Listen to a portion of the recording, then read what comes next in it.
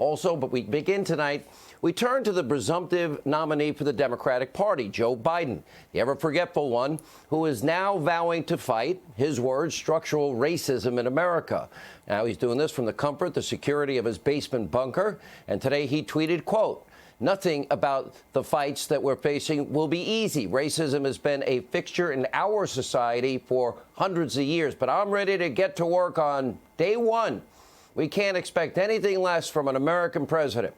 Well, the ever-forgetful Joe must be confused yet again, because his day one was actually over 40 years ago, and he now has a track record that does not match his rhetoric. Now, way back in 1973, he was first sworn in as a U.S. Senator. So what did Biden do to end racism during his 6 terms in the U.S. Senate, his 2 terms as Vice President of the United States?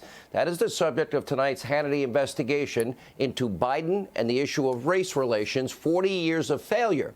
We begin, let's start in 1973. During a speech, then Senator Joe Biden, he praised Southern Democrats, and he said that the 2-party system in the South was, quote, good for bleep, I can't say it. Around the same time, Biden was actively working with desegregationists in order to slow integration. He opposed school busing.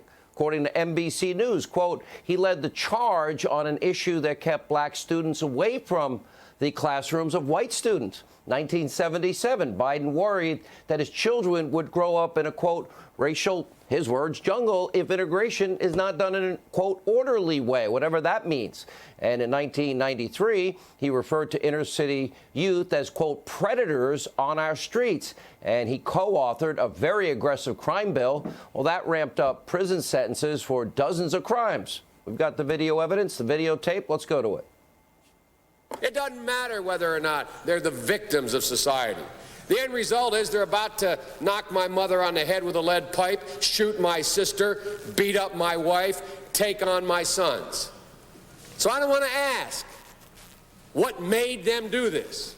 They must be taken off the street.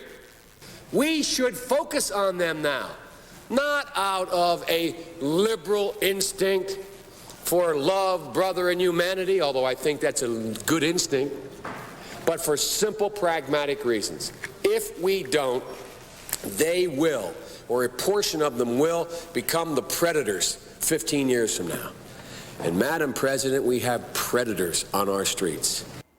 Let's continue. When the crime bill became law, Biden was so proud of his accomplishment, he bragged, quote, the liberal wing of the Democratic Party is now for 60 new death penalties, 70 enhanced penalties, 100,000 new cops, 125,000 new state prison cells. This is the same guy that pretended to be a civil rights leader for years. After all, in 1987, well, he lied about marching in the civil rights protests. More recently, he lied about getting arrested by the apartheid South African government while on his way to see Nelson Mandela. A few weeks ago, he lied about his many political endorsements from the NAACP.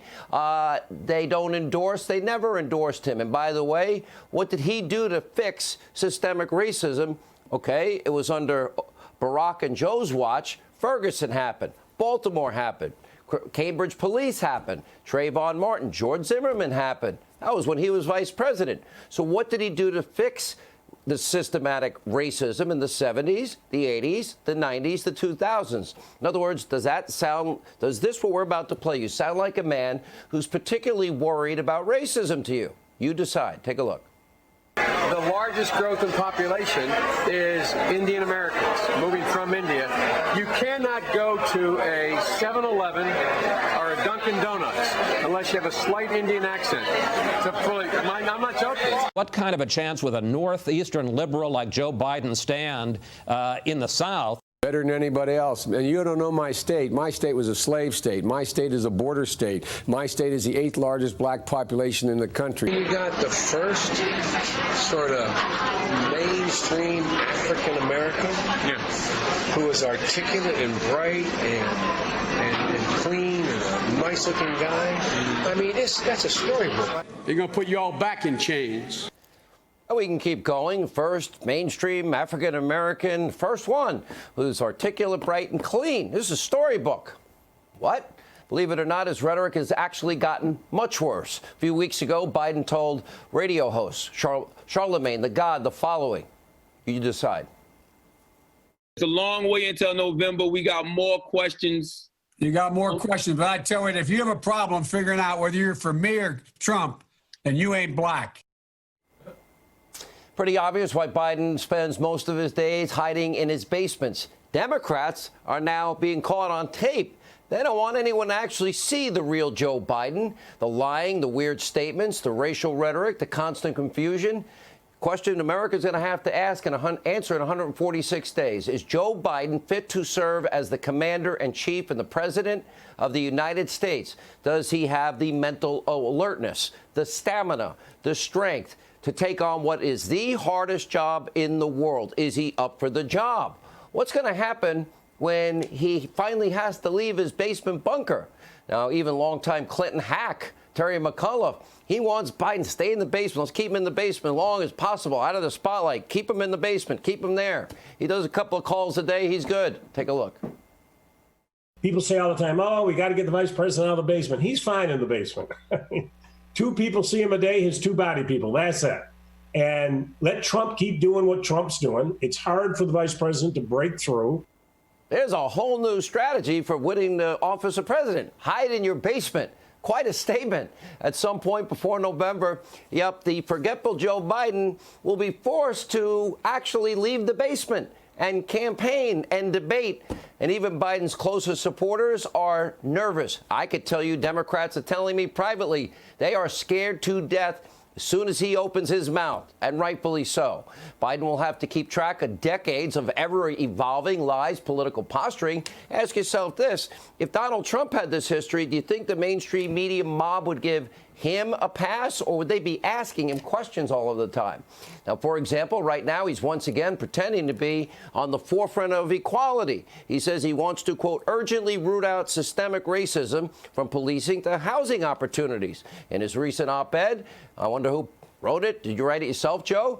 Painted America's police with a broad brush, calling them systematically racist. The ones he was bragging about hiring when he was bragging about the crime bill and all the predators that are on the street. In doing so, he's turning on the very police that he once claimed to support. If that's the case, is Joe, the forgetful one, going to say all of that? He has armed security. He has Secret Service agents that risk their lives daily to keep him alive. Rightly so, in my mind. Is he going to say that to them? Now, we have said on this show, there are bad apples in the police. We saw that in all of what has gone on here with George Floyd. Vast majority of those people that serve their communities, they serve with honor and distinction. They protect and they serve. Every police officer I know was shocked, as the nation was, by what they saw in the case of Mr. Floyd.